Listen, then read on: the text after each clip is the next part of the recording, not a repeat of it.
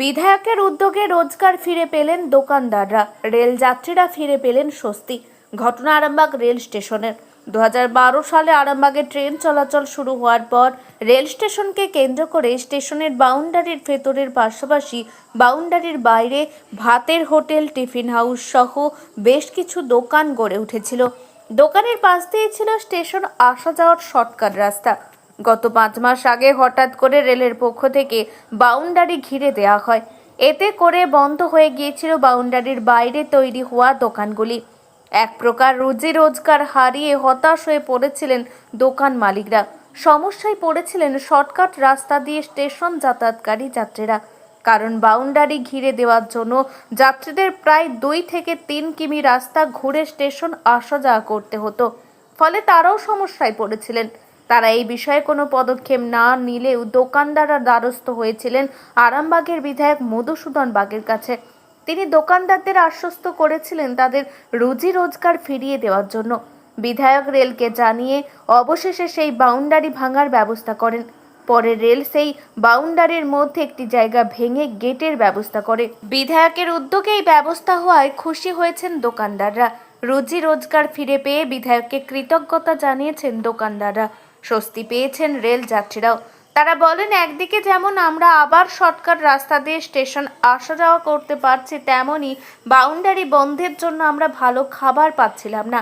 গেটের ব্যবস্থা হয় আমরা একটু ভালো খাবার খেয়ে স্টেশনে ট্রেন ধরে গন্তব্যে পৌঁছাতে পারছি। এ বিষয়ে আরামবাগের বিধায়ক মধুসূদন বাগ বলেন, আমি রেলকে ভাবিয়েছিলাম মানুষের সমস্যার কথা, কারণ মানুষের জন্য আইন, আইনের জন্য মানুষ নয়। সাধারণ মানুষের সুবিধার জন্য রেলকে আমি বাউন্ডারির গেট খুলে দেওয়ার জন্য বলেছিলাম।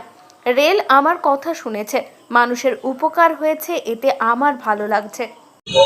সমস্যা বলতে রেলের পক্ষ থেকে তো এই গেটটা সিল করে দেওয়া হয়েছিল। দীর্ঘদিন যাবত এটা খোলাই ছিল, মানে আমরা যে ওয়াইজ ছিলাম সেই ইয়েতে খোলাই ছিল। তো এটা সিল করে দেওয়ার পর তো আমাদের যাতায়াতের তো মেন সমস্যা হচ্ছিলই। আমরা 10-12 জন আমরা দোকানদার আছি, আমরা ব্যবসা করে খাই। তো সেই পরিস্থিতিতে ওটা সিল করে দেওয়ায় সেগুলো তো বন্ধই হয়ে গিয়েছিল। তারপর আমরা রেলের যে যাত্রীরা এখান দিয়ে যায়, তারা বাধ্য হয়ে পাঁচির ডিঙিয়ে যেতে হচ্ছিল। আর পিছন দিকের যে যাতায়াত করে যেসব মানুষজনগুলো, তারা বাধ্য হয়ে পাঁচির ডিঙিয়ে যাচ্ছে, কিংবা 2 কিলোমিটার অন্তর দিয়ে ঘুরে ঘুরে আসছে। এটাই অসুবিধা, মানে সব থেকে বড় অসুবিধা এটাই, যাতায়াতের প্রবলেম সব থেকে এটাই অসুবিধা।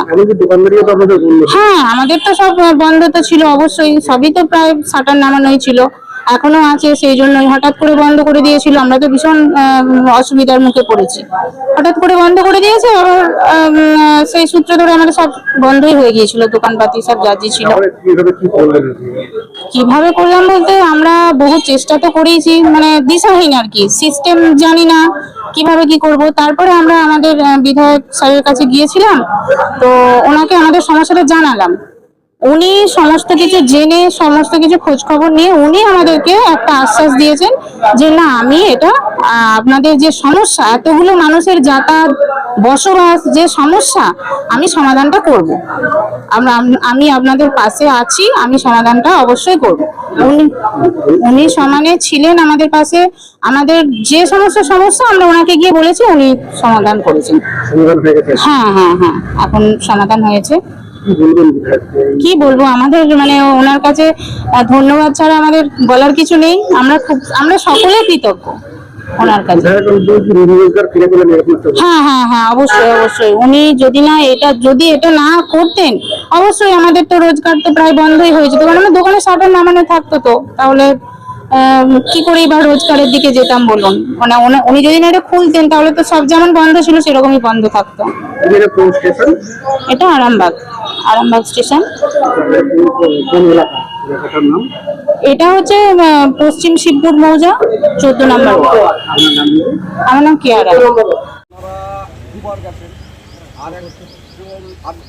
একবার গেছে। আমি তো সবাইকে বলেছি যে প্রসেসটা মেনটেনেন্স করতে একটু সময় লাগবে, কিন্তু এটা হবে, এটা আমি করে দেবো।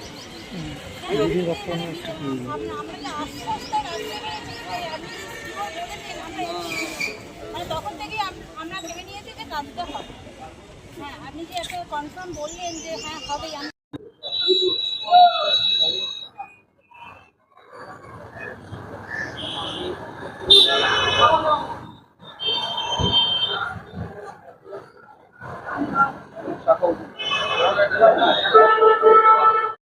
ছিল, কারণ আরামবাগ স্টেশন চত্বরে ভালো কোনো টিফিনের ব্যবস্থা নেই, কোনো দোকান নেই, কোনো ভাতের হোটেল নেই।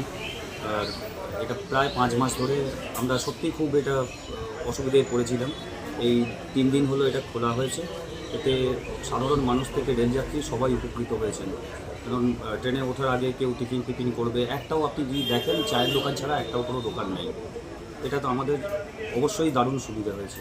মানে দোকানগুলো কি বাউন্ডারির ভিতরেই ছিল, আপনারা আসতে পারছিলেন না? হ্যাঁ, আসতে পারছিলাম না, আর বন্ধও তো হয়ে গেছিলো দোকানগুলো। এই 5 মাস দোকানগুলো বন্ধ হয়ে গেছিলো রেল ওয়ালটা দিয়ে দেওয়ার জন্য। তো রাস্তা তো রয়েছে, রেলযাত্রীরাও কি যেতে সমস্যা হচ্ছিল? হ্যাঁ, ওই যে ভেতর দিকে রাস্তা আছে, এবার মিউনিসিপ্যালিটি আর রেল সেটা হয়তো ঠিক করবে। ওনারাই ওয়ালটা দিয়েছিলেন, এখন খুলে দিয়েছে। এটা তো আমরা খুশি, অবশ্যই খুশি। আপনার নাম দাদা? আমার নাম শ্রীদীপ চ্যাটার্জি।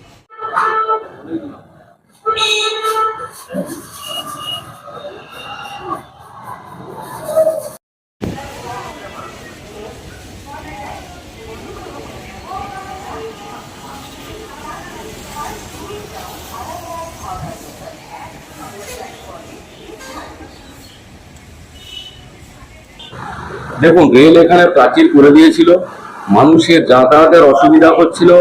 রেলকে আমি ভাবাতে পেরেছিলাম যে মানুষের জন্য আইন, আইনের জন্য মানুষ নয়, এটা খুলে দিতে হবে। জনগণের অসুবিধা হচ্ছে, রেল আমার কথাটা শুনেছে।